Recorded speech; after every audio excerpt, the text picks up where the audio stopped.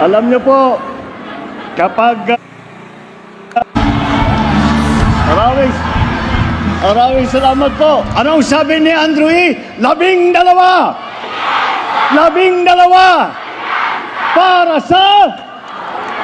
Para sa magandang hapon po sa inyong lahat. Good afternoon po, Bicol. Maraming salamat sa inyong lahat. At kayo'y nakarating dito sa aming kaunting rally para ipakilala po at magpakilala ang aming mga kandidato para sa Senado sa darating na halalan, na darating sa Mayo.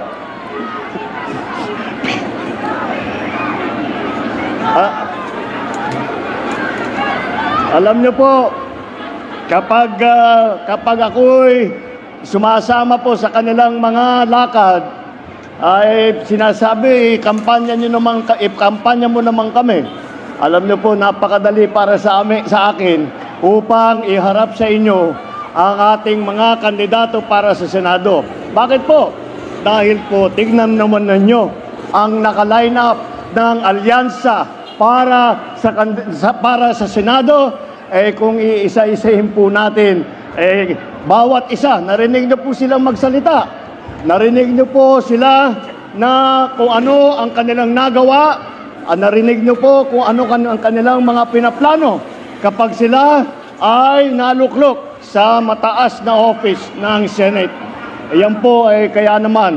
At isa-isa, sasabihin natin, madaling sabihin, dekalidad po itong mga ating mga kandidato.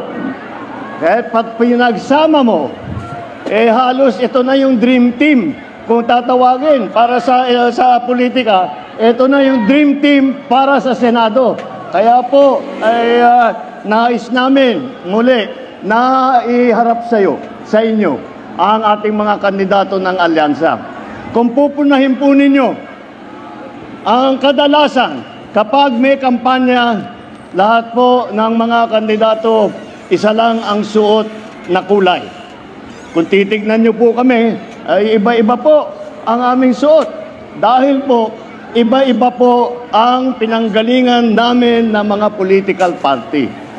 Kaya po natawag po kami na alyansa. Dahil po, kahit na lahat po tayo ay may sariling pananaw sa mga sitwasyon sa ating minamahal na Pilipinas.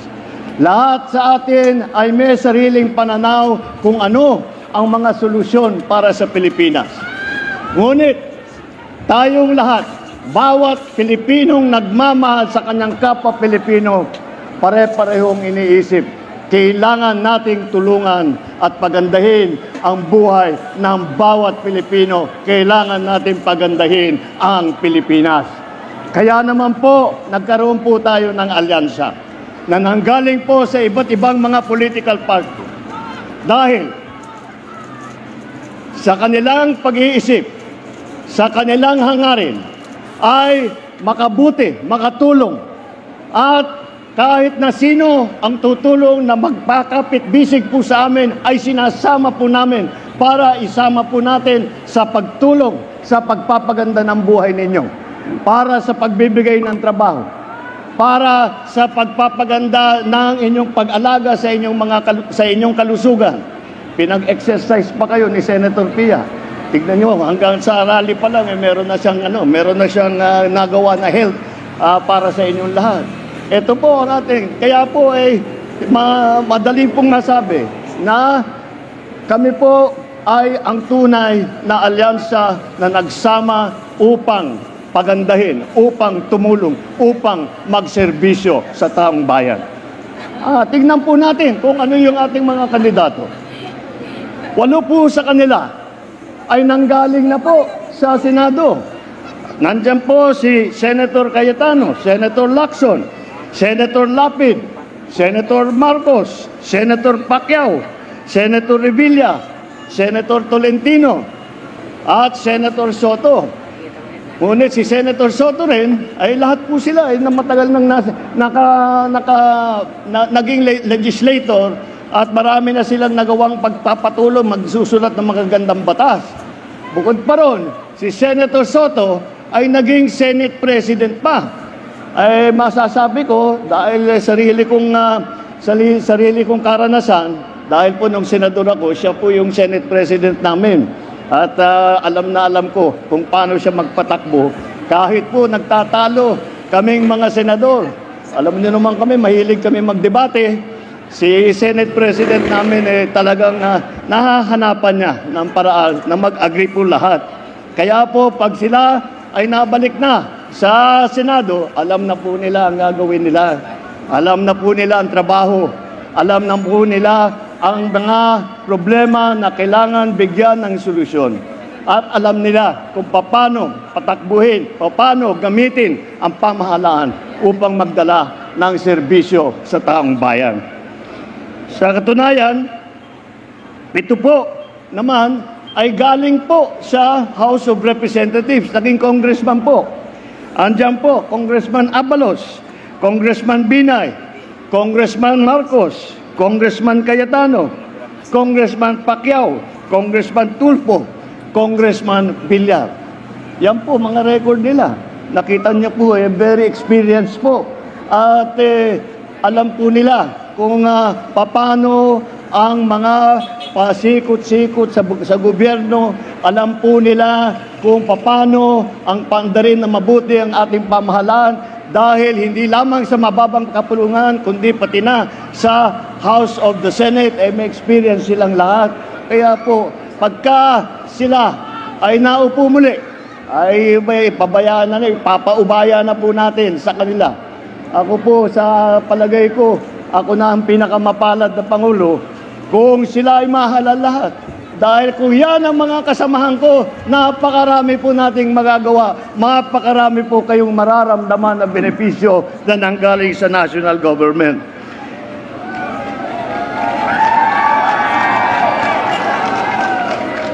Apat naman ang nagsilbi, kung hindi sa kabinete, ay yung tinatawag na cabinet rank. Bale, secretary sila. Andiyan po si Secretary Abalos ng DILG, ng local government. Dahil po nung ako'y umupo at iniisip ko, sino ba ang maganda siguro nakakaunawa sa mga issue ng local government, may balita ako na meron daw magaling na mayor dati sa Mandaluyong na maraming natanggap na premyo. Kaya sinabi ko, ayan, marunong yan, nakakaintindi. Kaya DILG Secretary noon, si Secretary Ben-Hur Abalos. At si Erwin Tulfo naman, naging Secretary po ng DSWD. Ganun din po ang aking pag-iisip. Noong umupo po ako bilang Pangulo, sabi ko, sino ba ang kilala ko na walang ginawa araw at gabi kung hindi tumulong sa mga ating mga kababayang nangangailangan. At kaagad naisip ko po, kilala ko yan, kaibigan ko yan, naging partner ko pa sa radyo yan ang ating magiging senator, Senator Erwin Tulfo. Andyan din po si Senator Tolentino na nanggaling po sa MMDA, yung Metro Manila Development Authority.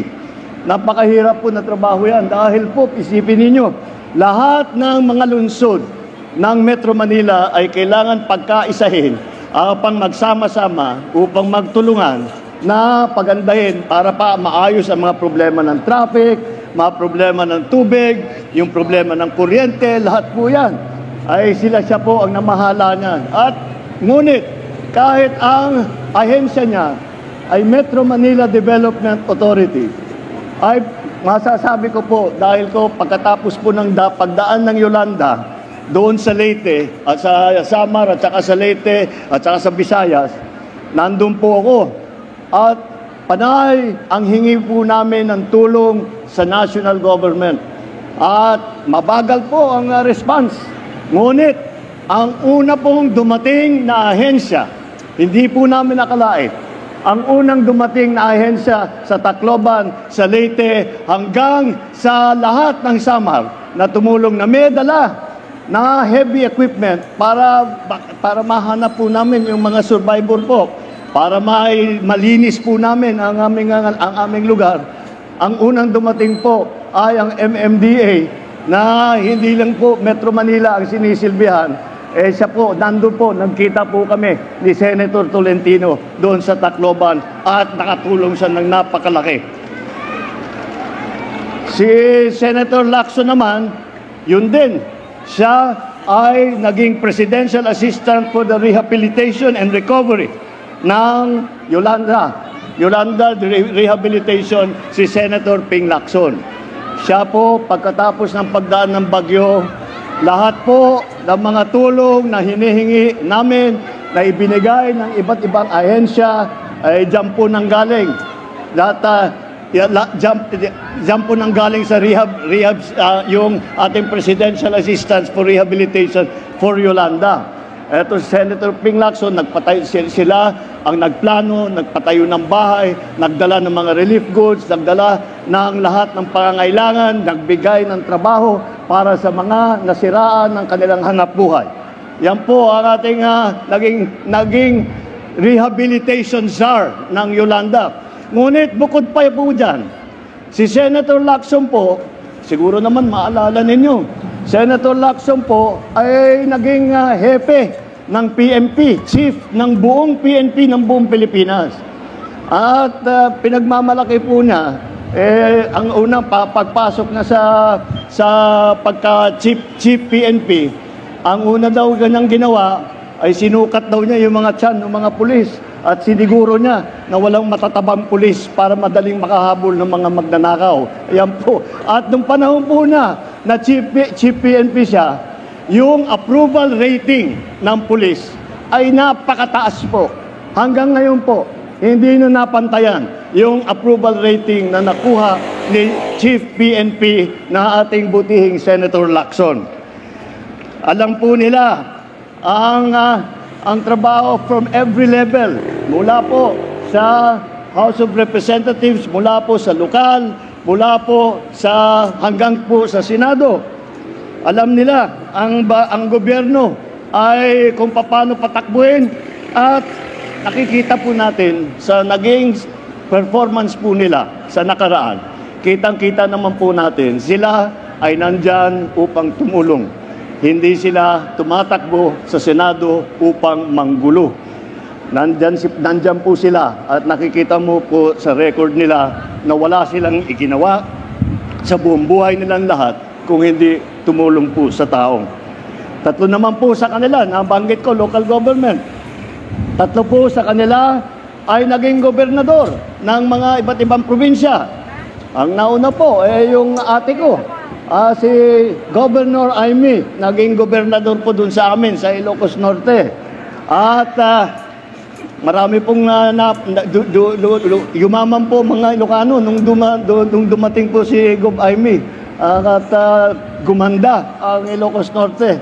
At nakita po natin ang effect ng magaling na gobernador. Isa pang magaling na gobernador, Governor Lito Lapid ng Pampanga. Aba, maraming fans si paring Lito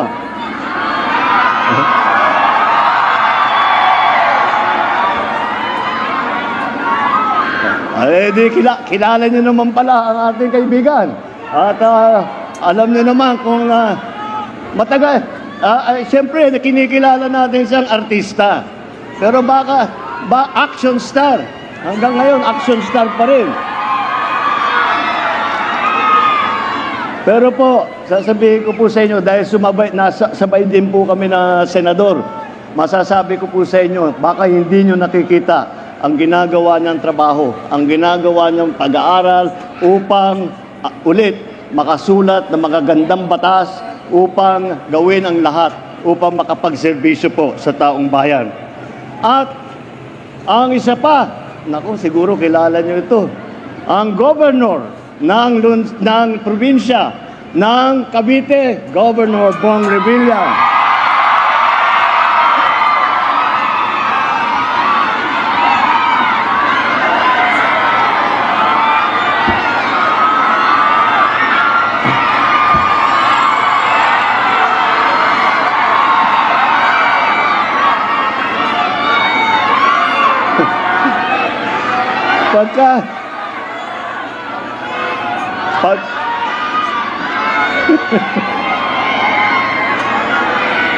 Pagka naririnig ko kayo, naiisip ko, mali yata ang pinasukan ko trabaho, dapat nag-showbiz naman. Pero isa pa yon, kilala niyo siya dahil nakikita siya sa television, sa sine, action star din. Hindi niyo po masasabi, pero hindi niyo po alam ng gobernasyon. Kung titignan niyo po, kung kayo po ay nakakadayo, nakakabisita sa Cavite, at nakita ninyo ang Cavite noon, at tignan po ninyo ang Cavite ngayon, makikita nyo napakarami ang ginanda ng probinsya ng Cavite dahil po sa trabaho na ginawa ng Governor Bong Revilla. O dito lang po tayo sa local government. Tatlo naman sa ating kandidato ay naging mayor ng iba't ibang lungsod. Tatlo po. Mayor Abalos ng Mandaluyong City. Siya po ay siguro sa lahat ng mga, siya isa sa mga mayor ng lungsod, city mayor, na nakatanggap ng napakaraming premyo, napakaraming pagkikilala dahil sa kanyang mga ginawa, dahil sa dami ng kanyang natulungan, at bukod pa ron, sa kanyang mga bagong patakbo, bagong sistema na ginaya po namin ng ibang local government. Ganyan po, yan po ang dating mayor, Mayor Abalos ng Mandaluyong. Andyan din po ang naging mayor ng, alam niyo po ito, alam niyo po, City of Tagaytay. Sinong naging mayor dito sa kasama natin? Senator Tolentino po, naging mayor. O, kita ninyo, hindi nyo alam. At ganun din. At siya ay nakapagserbisyo bilang mayor ng Tagaytay. At tignan po naman ninyo yung Tagaytay, ang ganda-ganda po ng development. At alam nyo po sa lahat ng nakasama ko po na senador, ito po ang hindi po mo mahihila ito. Dahil laging nag-aaral, laging nagbabasa, laging nag-iisip, laging nagkokonferensya kung ano pa ang pwedeng gawin para pagandahin ang kanyang pagsulat ng batas para bigyan ng solusyon ang mga problema na hinaharap natin. At ang mayor ng pinakamayaman na lungsod sa buong Pilipinas, alam nyo kung sino, anong pinakamayaman na lungsod sa Pilipinas? O sinong mahiwagang mayor ng Makati? O, kita mo. Alam niyo po, kami lahat na nasa local government noon, tinitignan namin ang Makati. Sabi namin, sarap naman maging mayor ng Makati, ang yaman-yaman ng Makati City. Ngunit, hindi po, ginamit po niya yung yaman na yun para ulit tulungan ng tao. Ang dami po, sa Makati, halos lahat na ng serbisyo, lahat ng benepisyo, libre na eh. Kaya lahat kami, gusto namin lumipat sa Makati, pero hinaantay pa lang namin yung 100 years old namin na binibigyan kami ng cake. Pero yan po ang patakbo nila. Yan po ang patakbo sa Makati. Lahat po ng serbisyo na ninanais ng tao, galing po sa lungsod, ay halos lahat po ay libre na. Dahil tama po, hindi winaldas ang yaman ng lungsod, ginamit para tulungan ang taong bayan. At hindi po baka kalain po ninyo na kinakalimutan po natin ang mga kababaihan. At hindi po, maliwanag naman po. Ay sa line-up po namin, 4 po dito ay babae. At hindi pangkaraniwang mga babae po ito. Kilala ko silang lahat. Wala nang kasing tapang, wala nang kasing sipag, wala nang mas malaking malasakit, mas malaking puso kaysa sa 4 nitong mga ating kandidato para sa Senado. Kaya aasahan po ninyo, kapag nandyan sila sa Senado, ang 4 na kandidato natin ay sila'y titiyakin nila na malakas ang boses ng kababaihan, na ipagtatanggol ang karapatan ng ating mga kababaihan. Yan po ang ating mga lady senators.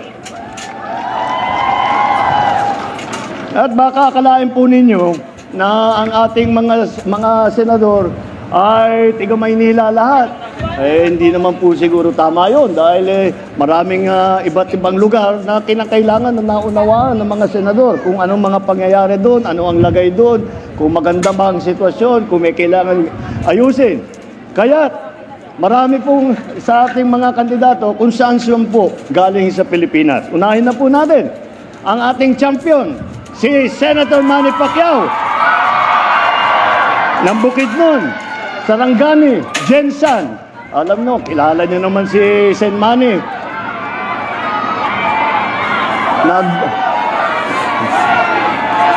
Ayos. Manny.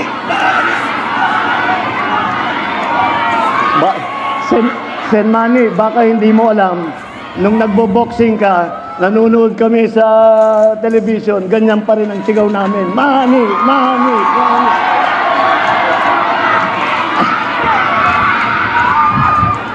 Si Erwin Tulfo naman ay Dabawenyo dahil doon sa po lumaki at sa Davao at sa Sulu kung saan po na destino ang kanyang ama na naging bayani ng ating bansa.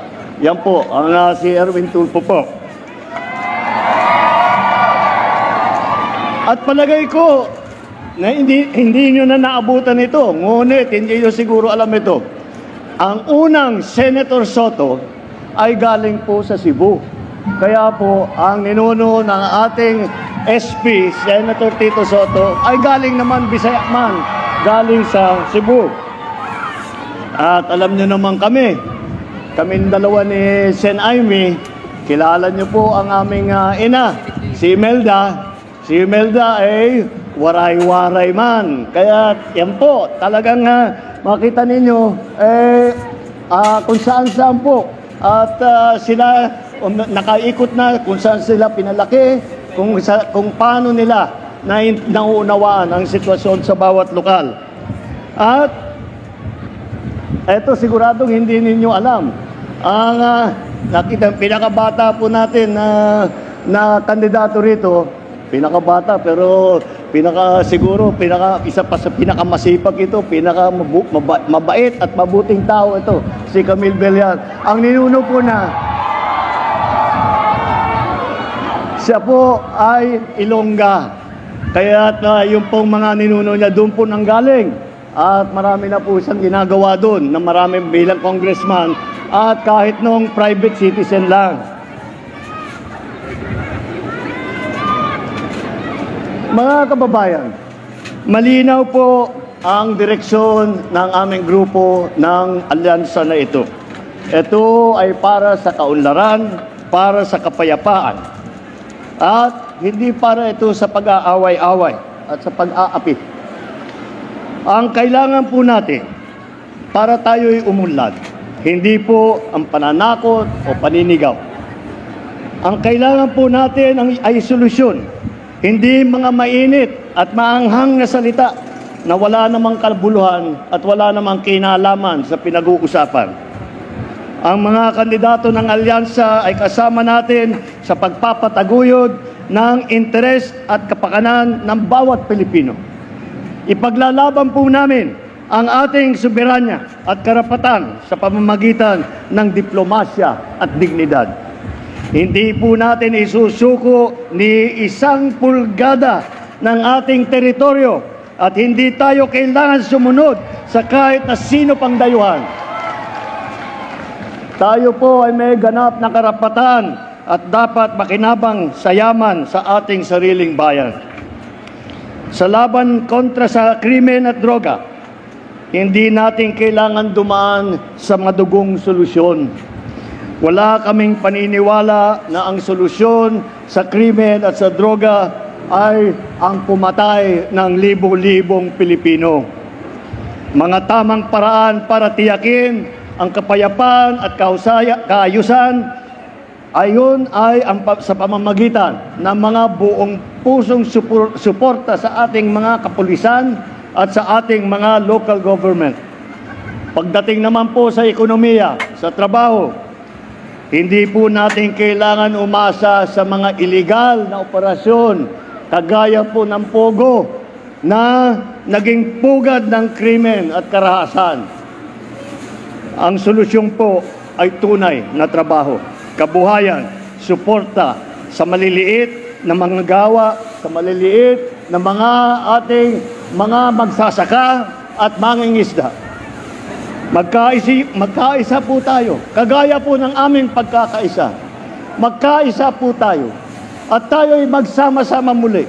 At tayo'y magsama-sama upang maabot natin ang ating pangarap, ang ating pinapanaginip ng magandang bagong Pilipinas.